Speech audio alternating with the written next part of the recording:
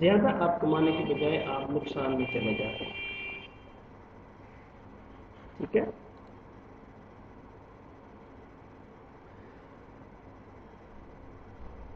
اب پچھلے 15-20-25 سالوں میں یا پاکستان میں دیکھ لیں پچھلے چند سالوں میں تحریک انصاف کی جس طرح حکومت آئی ہے یا باقی بھی جتنی بھی حکومتیں آئی ہیں تو ہر حکومت آ کے اپنی کرپشن کا ڈنڈورا پیٹتی ہے کہ ملک میں بہت زیادہ کرپشن ہے تو اس کی اسٹڈی پہ بہت زیادہ پیسہ خرچ کیا جاتا ہے. 1998 میں 38 ملکوں کی کا ایک کنونشن ہوا جس کو اینٹی برائبری کنونشن کہتے ہیں اور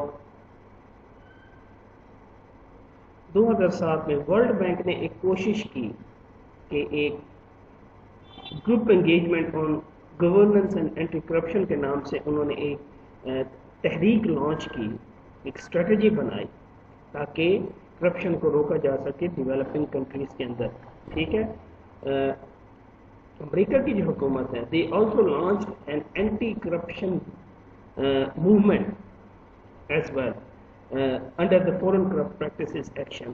ایک ان کا سسٹم ہے, ایک ان کا پلیٹ فارم ہے جس کے اندر انہوں نے اینٹی کرپشن ایک موومنٹ چلائی. یہ سارے ایکشنز جو ہیں یہ کیا شو کرتے ہیں؟ یہ شو کرتے ہیں کہ حکومتیں اور بین الاقوامی ادارے جو ہیں they are concern about growing corruption, اور اس کا جو نیگیٹو امپیکٹ جو ڈیولپنگ کنٹریز کے اوپر پڑتا ہے وہ بہت زیادہ ہوتا ہے. اب جب کرپشن ہوگی آپ کے ملک میں اس سے کیا ہوگا؟ آپ کی اکنامک ڈیولپمنٹ اور آپ جو ہے وہ ہالٹ ہو جاتی ہے, پریونٹ ہو جاتی ہے. اس کے ساتھ ساتھ جو آپ کی پولیٹیکل اسٹیبلٹی ہے ملک کے اندر وہ بالکل ڈیٹیریوریٹڈ ہو جاتی ہے. وہ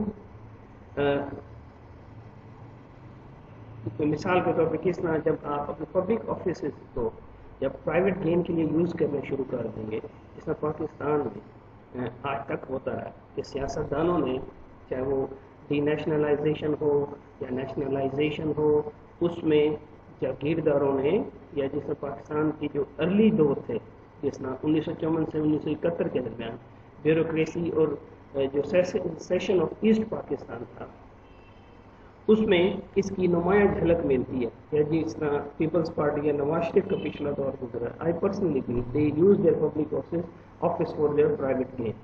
مجھے یہ لگتا ہے اس کی بہت ساری مثالیں آپ کو دنیا میں ملتی ہیں اس طرح کی. مثال کے طور حسنی مبارک نے ایجپٹ میں کیا, نواز شریف نے جس طرح پاکستان میں کیا. ٹھیک ہے.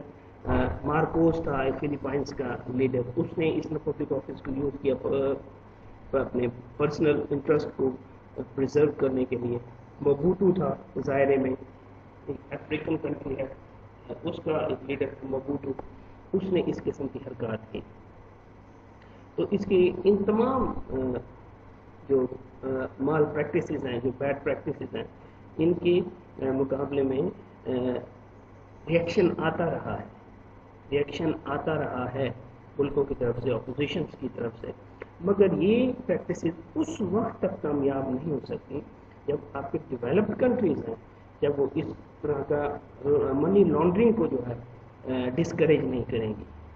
اب سوال یہاں پہ پیدا ہوتا ہے کہ وہ کیوں ڈسکریج کریں گی؟ کیونکہ دیکھیں انٹرنیشنل ریلیشنز میں آپ کی مورالٹی نام کی تو کوئی چیز نہیں ہے.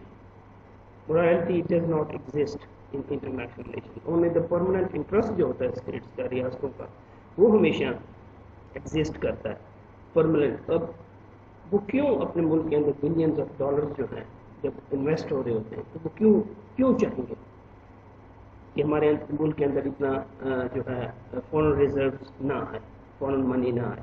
ٹھیک ہے. تو ایک یہ چیز آپ جو ہے اپنے ذہن میں رکھیں. اب اس کے کچھ فیکٹس ہیں پاکستان میں کرپشن کے حوالے سے. ان فیکٹس کی طرف جانے سے پہلے میں آپ کو تھوڑی سی بریف ہسٹری بتانا چاہتا ہوں پاکستان کی کرپشن کے حوالے سے, کہ آپ کو تھوڑا سا آئیڈیا ہو کہ پاکستان کی 70-72 سال تاریخ میں کس طرح سے بیوروکریسی نے اور پولیٹیشنز نے اس بہتی گنگا میں ہاتھ دھوئے ہیں, اس کرپشن اور مس مینجمنٹ کی. تو اس میں سب سے پہلے آپ کو پتہ ہے کہ 1954 اور 1971 کے درمیان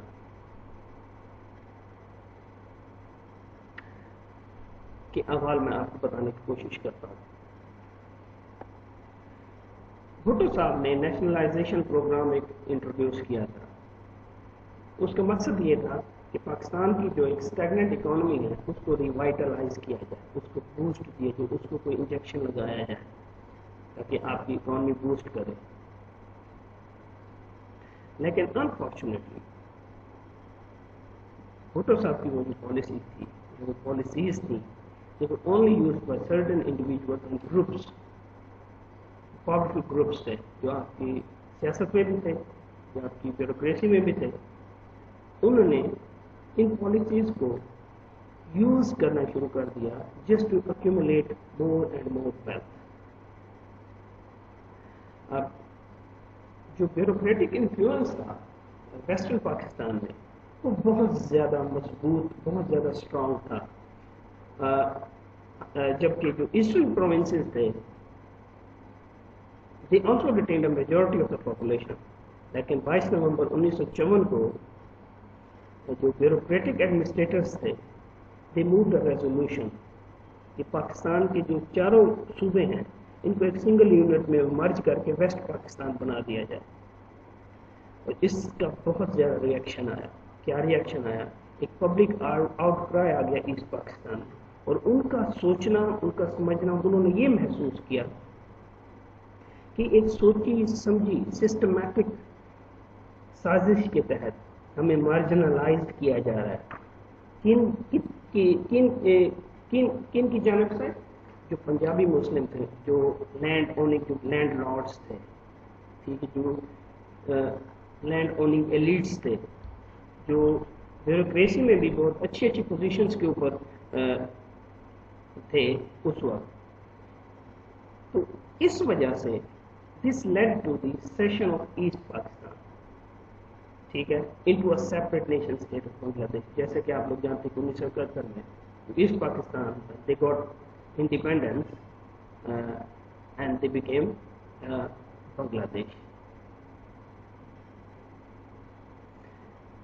اب جو پنجابی تھے ان کا کہنا یہ تھا جو ایسٹ پاکستانی میجورٹی ہے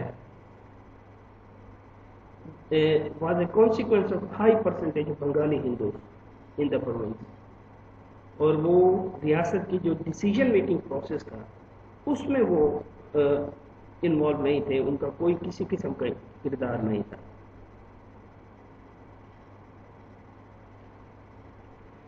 ٹھیک ہے.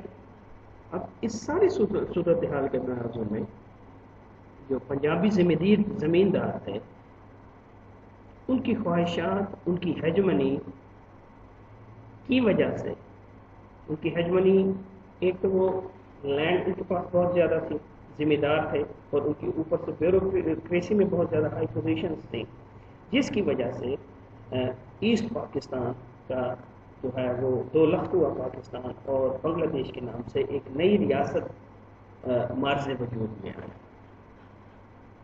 ٹھیک ہے بچوں. اب اس کے بعد ایک دوسرا دور شروع ہوتا پاکستان میں جو 1973 سے 1977 کے درمیان کا ہے. جیسے میں نے بتایا کہ بھٹو صاحب نے نیشنلائزیشن کا ایک پروگرام انٹروڈیوس کیا تھا.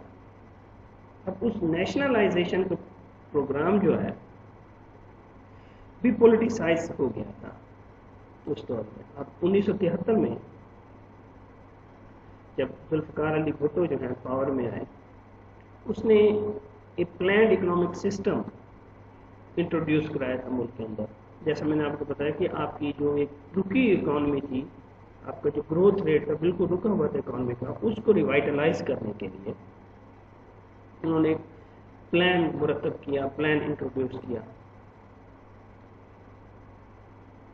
وہ پلان کیا تھا؟ Nationalization program. کہ جتنے بھی پرائیویٹ انڈسٹریل کارپوریشنز ہیں ان کو حکومت کی اونرشپ میں لے آیا جائے.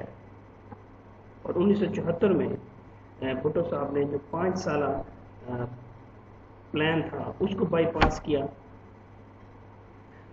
ختم کر دیا، اور ریکمنڈیشنز پلاننگ کمیشن کی جو تھیں اس کا صرف اور صرف مقصد یہ تھا کہ گورنمنٹ کا پرائیویٹ سیکٹر کے جو بزنسز ہیں، جو انٹرپرائزز ہیں، ان کے اوپر زیادہ سے زیادہ کنٹرول ہو جائے.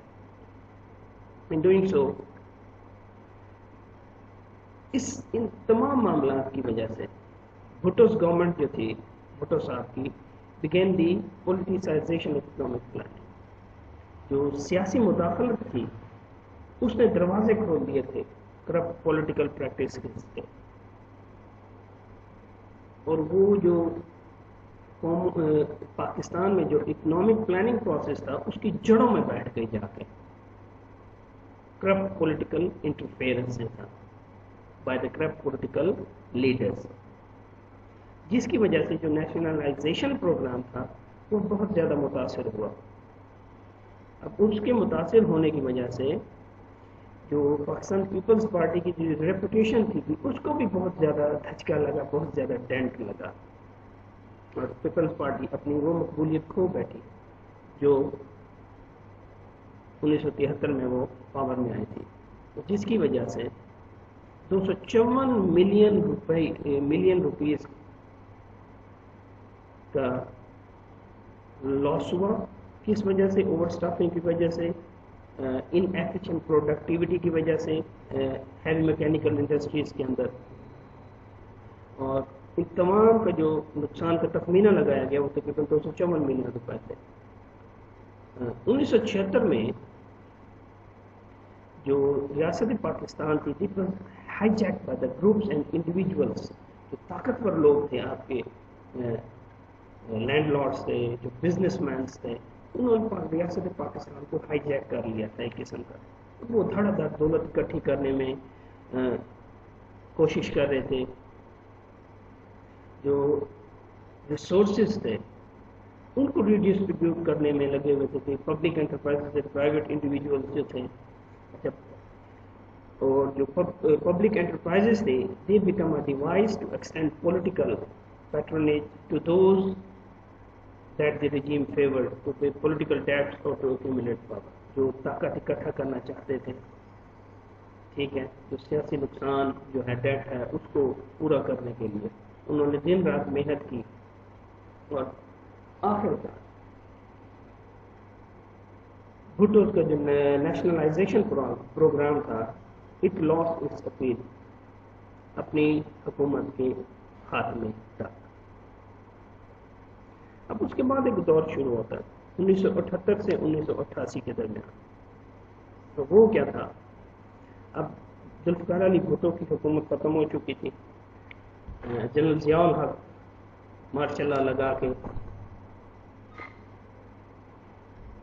اقتدار پہ قابض ہو چکے تھے.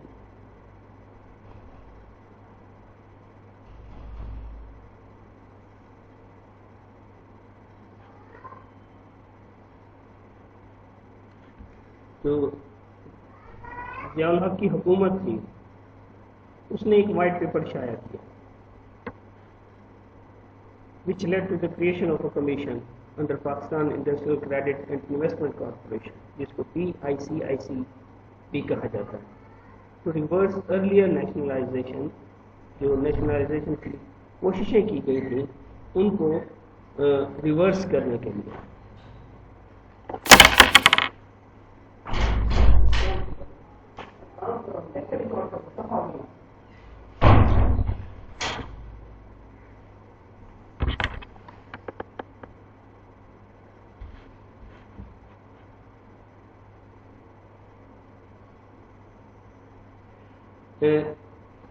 اس کمیشن کارپوریشن جو بنایا گیا اس سے کچھ حاصل تو نہ ہوا. صرف 3 صنعتیں ایسی تھیں کہ جنہوں نے اس سے فائدہ اٹھایا, کہ جس طرح پرائم منسٹر نواز شریف کی اتفاق گروپ آف انڈسٹریز تھا were even denationalized and returned to their owners. اور کہا جاتا ہے کہ نواز شریف کو ضیاء الحق نے فیور کیا اور اس ساری چیزوں کو جو ہے فائدہ پہنچایا گیا اس کمیشن کی وجہ سے. پھر اس کے بعد آپ دیکھتے ہیں 2008 سے 2013 کا دور جو ہے اس میں بہت انپریسیڈنٹڈ قسم کی پولیٹیکل کرپشن کی گئی. یوسف رضا گیلانی صاحب جو ہیں وہ پاکستان کے ہیڈ آف دا اسٹیٹ بن گئے, وہ کنوکٹ کیے گئے کرپشن کے اوپر, اور ان کو ڈسکوالیفائی کر دیا گیا. اس میں 2012 میں ٹرانسپیرنسی انٹرنیشنل نے ایک رپورٹ شائع کی کہ پاکستان نے 8.5 ٹریلین روپیز جو 94 بلین ڈالر ہیں کرپشن کی مد میں, ٹیکس ایویژن کی مد میں اور بیڈ گورننس کی مد میں جو 2008 اور 13 کے درمیان ضائع کیے, جس میں پیپلز پارٹی اور اس کے اتحادیوں کی حکومت تھی. However, 2013 سے 2017 تک نواز شریف کی جب پاور میں آیا تو ٹرانسپیرنسی انٹرنیشنل نے ایک سگنیفیکنٹ ڈراپ انڈیکیٹ کیا کرپشن میں. پاکستان کا سکور امپروو ہوا, جو 32ویں نمبر پہ تھا وہ 28 نمبر پہ آ گیا انڈیکس میں, TI انڈیکس کے لحاظ سے. ایون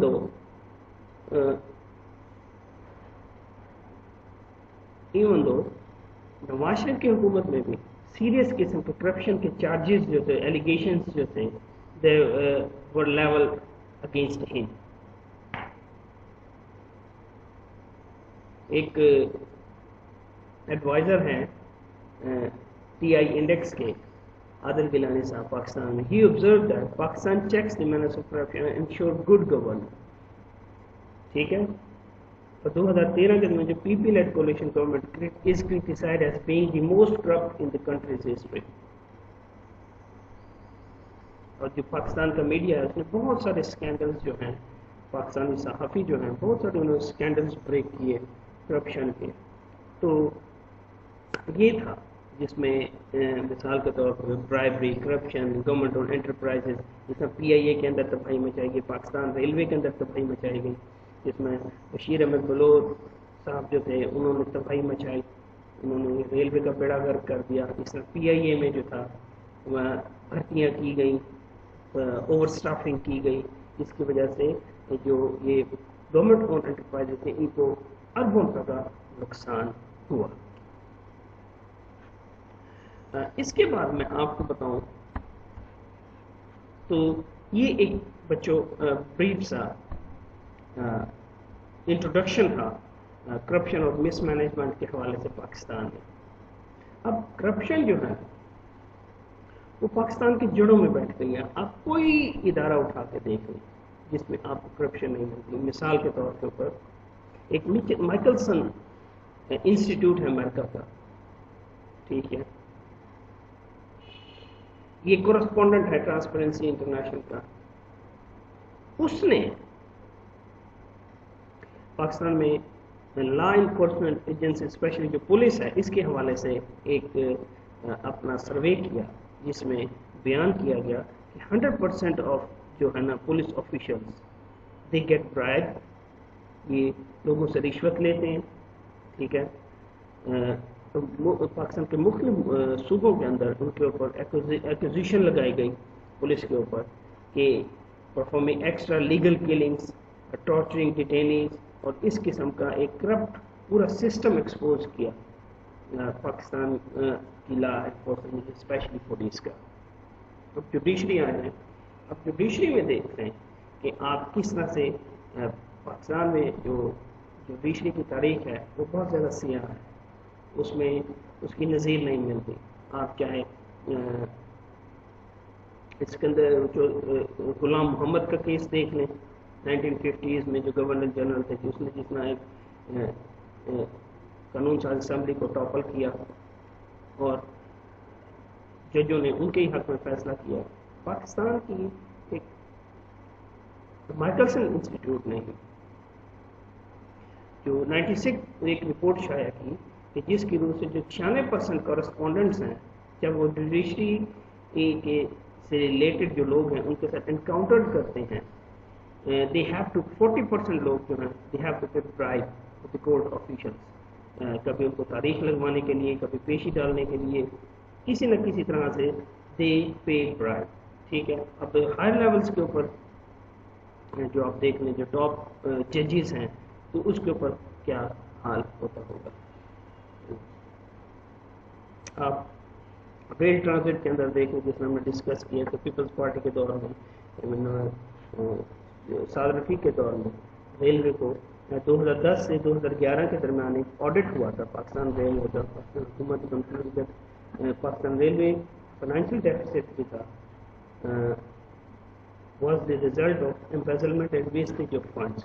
تو فنڈس کو ویسٹ کیا گیا. ٹھیک ہے. ناقص انجن دیے گئے چائنا سے, ناقص سامان لیا گیا اور اس میں فراڈس کیا گیا اور نیب نے اس کے اوپر انکوائری کی اور 2014 میں انہوں نے ایک ہائی پروفائل اسکینڈل جو ہے اس کے اوپر انکوائری شروع کر دی تھی جس کا آج تک کچھ نہیں بنا. تو پبلک یوٹیلیٹیز کی بات کر لیں تو اس میں بہت زیادہ کرپشن ہے پاکستان کے اندر. ہیلتھ کیئر جو ہیلتھ کا ڈپارٹمنٹ ہے اس میں کراچی یونیورسٹی کی ایک ریسرچ ہے کہ جو پیٹی کرپشن ہے ہیلتھ کیئر میں وہ بہت زیادہ بڑھ گئی ہے پاکستان کے اندر. پیٹی کرپشن کیا ہوتی ہے بچوں؟ پیٹی کرپشن ہوتی ہے وہ کرپشن جو چھوٹے لیول کے اوپر کی جاتی ہے پبلک سروسز کے حوالے سے. جب پبلک آفیشل پبلک سے ملتے ہیں مثال کے طور پہ in many small places such as registration office, police station, state licensing and many other private and government sectors, تو وہاں پہ جو یہ آفیشل ہیں یہ پھر ان سے رشوت لیتے ہیں. ٹھیک ہے. تو اس طرح سے ایک اب ٹیکسیشن کا نظام جو پاکستان کے اندر ٹیکس کلیکشن کا جو نظام ہے بہت زیادہ پور ہے. تو اس میں بہت زیادہ ایک ٹیکس ڈویژن ہوتی ہے. آپ کو طریقے بتائے جاتے ہیں ٹیکس چوری کرنے کے اور یہ بھی ایک قسم کی کرپشن ہے. دیکھیں ملک کی جو افیئرز ہیں وہ ٹیکس کے اوپر چلتے ہیں. جب آپ ٹیکس نہیں دیں گے تو آپ کے ملک کے اندر کیا ہوگا؟ You can not flourish, your country can not flourish. اور ملک الٹیمیٹلی جیسے میں نے شروع میں بتایا تھا دے گو فار لونس. جب لونس پہ جائیں گے آپ کسی چیز کو دیکھ لیں. آپ پھر اس زمن میں دیکھتے ہیں کہ ایک نیب کا ادارہ 1999 میں بنایا گیا تو فائٹ اگینسٹ کرپشن. 2015 میں supreme court of Pakistan accused the NAB میں ایک ڈان میں ایک اسٹوری بریک ہوئی تھی 2015 میں جس میں سپریم کورٹ آف پاکستان نے نیب کو مردود الزام ٹھہرایا کہ جو نیب کے آفیسرز ہیں finance officer they are stealing from بام وکٹمس. اور دوسری ایک انہوں نے اسٹوری بریک کی تھی لینڈ مس اپروپریشن کا ایک چارجز لگائے گئے نیب کے اوپر. ٹھیک ہے. This represent serious mall administration. اور اس قسم کے جو ایشوز پاکستان کے اندر ہیں these has to be addressed. اور کرپشن جو ہے وہ پاکستان کی جڑوں میں بیٹھ گئی ہے. مس مینجمنٹ, مس مینجمنٹ اور کرپشن جو ہے ان کا آپس میں بہت زیادہ ریلیشن ہے. جب آپ کی مس مینجمنٹ ہوگی تو آپ کی کرپشن ہوگی, جب آپ کی کرپشن ہوگی تو مس مینجمنٹ ہوگی. They are both reciprocal. آپ کے دو opposite side of the same coin. ٹھیک ہے. تو بچوں یہ تھا آج کا لیکچر. میں امید کرتا ہوں آپ لوگوں کو سمجھ آ گئی ہوگی. اگر کوئی کویشچنس ہیں کیوریز ہیں پلیز ڈو آسک. شکریہ.